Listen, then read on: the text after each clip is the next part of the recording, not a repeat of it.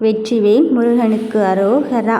ஆடி செவ்வாயில் என் பிள்ளையை சந்திக்க இந்த முருகன் மயில் மீது அல்லவா ஏறி வந்திருக்கின்றேன். என் வாகனமே உன் வீட்டை சுற்றி வந்து கொண்டிருக்கும் போது, அதை நீ கண்ணில் பார்த்திருக்கும் போது நல்ல அடையாளத்தை மட்டும்தான் இந்த முருகன் தருவேன். என்னை கண்டு விட்டாலே நீ பேரதிர்ஷ்டத்தை அடைந்து விட்டாய் என்று தான் அர்த்தம். உன் வேண்டுதல் பலித்து விட்டது என்றுதான் அர்த்தம். என் தங்க பிள்ளையே, உன் மனதின் மாற்றத்திற்கு வழி கொடுக்க நான் ஒரு புதியதொரு பாதையை உருவாக்கிவிட்டேன். நீ எதிர்நோக்கிய இடத்திலிருந்து உன் மனம் விரும்பிய முடிவை பெறுவதற்குத்தானே இவ்வளவு ஏக்கம் கொண்டிருந்தாய். இதோ உன் ஏக்கத்தை தீர்த்து நீ நீண்ட நாட்களுக்கு பிறகு உன் வெற்றியை பெறப்போகும் தருணத்தை எட்டிவிட்டாய். இந்த அப்பனின் வெற்றி வாக்கு பலிக்கப் போகும் நேரமும் காலமும் உன்னை தேடி வந்து விட்டது. மனதின் கஷ்டத்தையும் காயத்தையும் புரிந்து கொண்டு இனியும் என் பிள்ளையை காக்க வைக்க கூடாது என்பதறிந்து இந்த முருகனை உன்னை தேடி வந்திருக்கும் போது, இந்த கந்தனே உன் காயத்திற்கு தீர்வாக இருக்கும் போது எதற்காக கண்கலங்கி கொண்டிருக்கின்றாய்? வெற்றி வாக்கு என்பது என் சாதாரண வாக்கல்ல, அது என் சத்தியத்தின் உண்மை. நீ தர்மத்தின்படியும் நியாயத்தின்படியும் நடந்து கொண்டு இருக்கும்போது யாரை நினைத்தும் இதற்காகவும் மனம் வருந்தவே வேண்டாம். அவர்கள் விட்டு விட்டார்களே, இவர்கள் விட்டு விட்டார்களே என்று மற்றவர்களின் உதவியை பார்த்தும் என் பிள்ளைகள் வாழ வேண்டிய அவசியம் இல்லை. இந்த கந்தனை நீ வழிவந்து விட்ட பிறகும் உன்னை மற்றவர்களின் கையேந்தி விட்டுவிடும் நிலைமையை உருவாக்கி விடுவேனோ என்று மட்டும் எண்ணி கொள்ளாதே.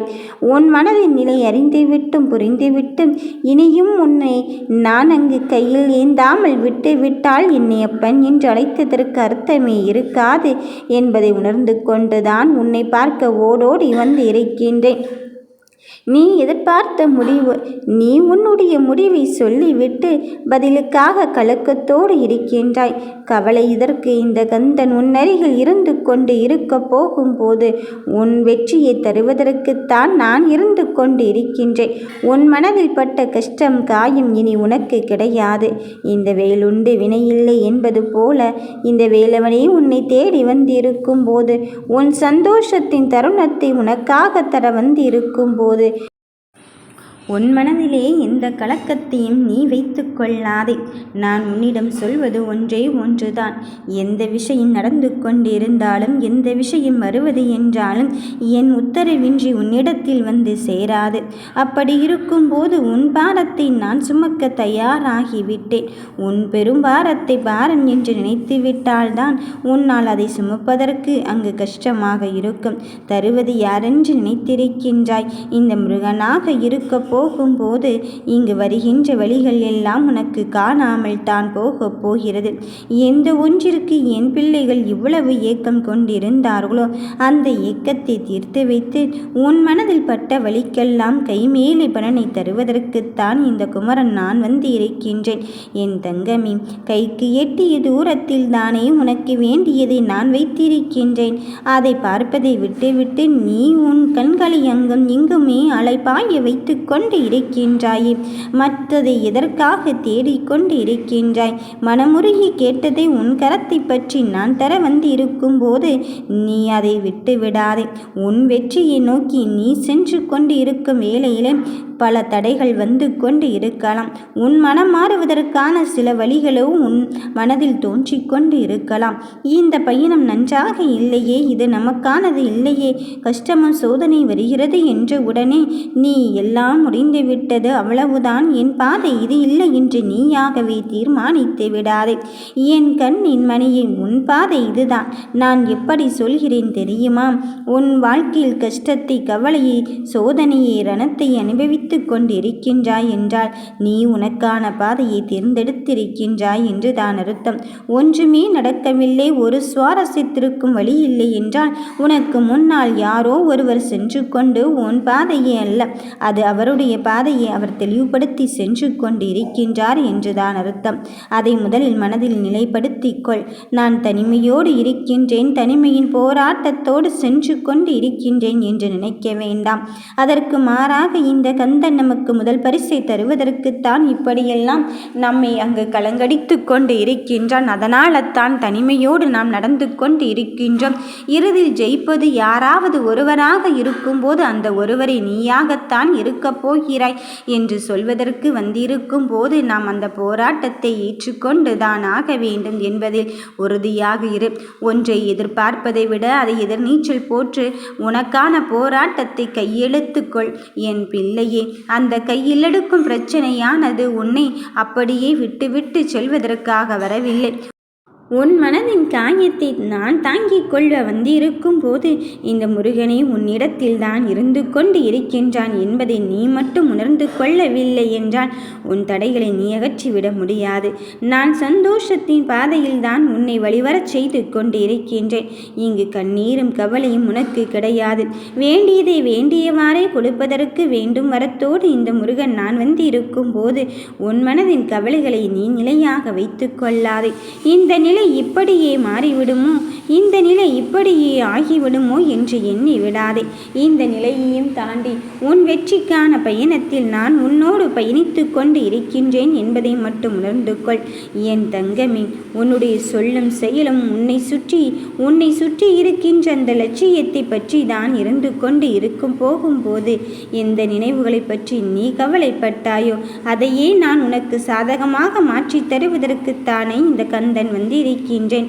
இந்த கந்தன் இருப்பதற்கு உன் கருணையோடு உன் மனம் கலங்கிய விழிகளுக்கு நான் விடை கொடுக்கத்தான் வந்திருக்கின்றேன். வெற்றி பெறப்போகிறாய் என்று அறிந்து கொள்வதோடும் புரிந்து கொள்வதோடும் அந்த வெற்றியை தருவதே நானாகத்தான் இருந்து கொண்டு இருக்கின்றேன் என்பதை மட்டுமே நிலைப்பாட்டோடு இரு என் பிள்ளையே. உன்னுடைய ஒவ்வொரு பிரச்சனைக்கும் பின்னால் காரணம் யாரோ ஒருவராகத்தான் இருக்க முடியும். ஆனால் அந்த யாரோ ஒருவரை தேடி போகின்றேன் என்று நினைப்பினிலே உன் நேரத்தையும் உன் வாழ்க்கையில் இருக்கின்ற மகிழ்ச்சியினும் நீயே தொலைத்து கொண்டு இருக்காதே. தானாகவே விட்டு விலகிவிடும் சூழ்நிலையைத்தான் இந்த முருகன் நான் உன்னிடத்தில் தந்திருக்கின்றேன். அவரே உன்னை தேடி வந்து நான் செய்தது தவறுதான் என்று கேட்கப் போகும் தருணத்தை எட்டிவிட்டார்.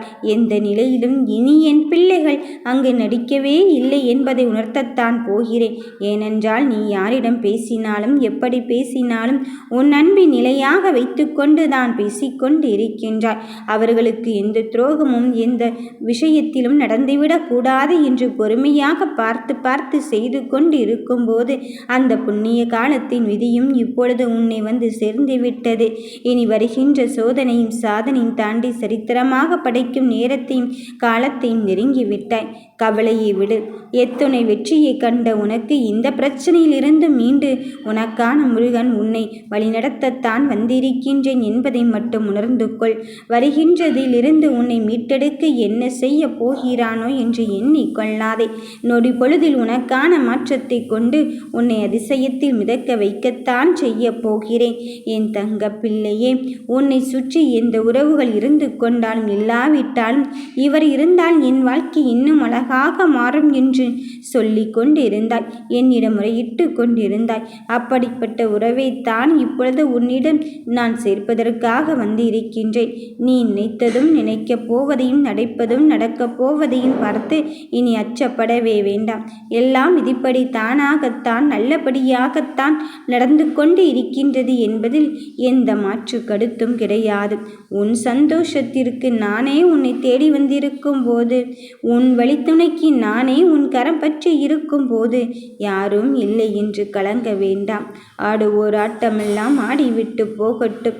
உன் கருமை வினைகள் அதன் மூலம் தான் போக வேண்டும் என்று நினைத்து கொண்டு இருந்தால் அதன் வழியைத்தான் போகப் போகிறது. எந்த ஒரு கஷ்டத்தை நினைத்தும் அழுது கொண்டும் தவித்து கொண்டும் இருந்தால் நீ அப்படியே தான் இருப்பதற்கான காலகட்டம் வரும் என் தங்கமே. அதை மீறி இந்த விஷயத்தை எனக்காக தந்திருப்பது என் அப்பன் முருகன். நிச்சயம் அவர் எனக்காக நல்லதையும் நம்பிக்கையான தருணத்தையும் தான் செய்வார் என்று உறுதியாக்க கற்றுக்கொள். வெற்றிக்காக காத்திருக்கும் என் தங்கமே, உன் மனதில் பிறக்கின்ற வழிகள் எல்லாம் உனக்கானதாக மாறிவிடுமோ என்றுதான் நினைக்கின்றாய். இந்த நிலையும் மாற்றியமைத்து சிறப்பான ஒன்றைத்தான் என் பிள்ளைகள் கையில் கொடுக்க இந்த முருகன் நான் வந்திருக்கின்றேன். எடுத்ததோர் விஷயத்திலிருந்து உன் வெற்றியை கொண்டாடுவதற்கு வந்திருக்கும் போது எதற்காக பிள்ளையே மனமருந்தி கொண்டு இருக்கின்றாய்? சர்வ நிச்சயமாக சொல்கிறேன், நன்றி என்ற ஒற்றை வார்த்தைக்காகத்தான் என் பிள்ளைகள் விடும் ஆனந்த கண்ணீரை எதிர்நோக்கி காத்திருக்கின்றேன். இப்பொழுது நன்றியை கூறத்தான் போகிறாய். உன்னை எதிர்பார்த்து வாழ்ந்ததற்காக முருகா என்று நீ என்னிடம் சொல்லும் போது என் மனம் எவ்வளவு குளிரும் என்று எனக்கு மட்டும்தான் தெரியும். அந்த மனக்குளிரும் மங்கள செய்தியை உன்னிடத்தில் சேர்ப்பதை தவிர எனக்கு வேறு என்ன வேலை இருக்கப் போகிறது? யாம் இருக்க பயமேன்?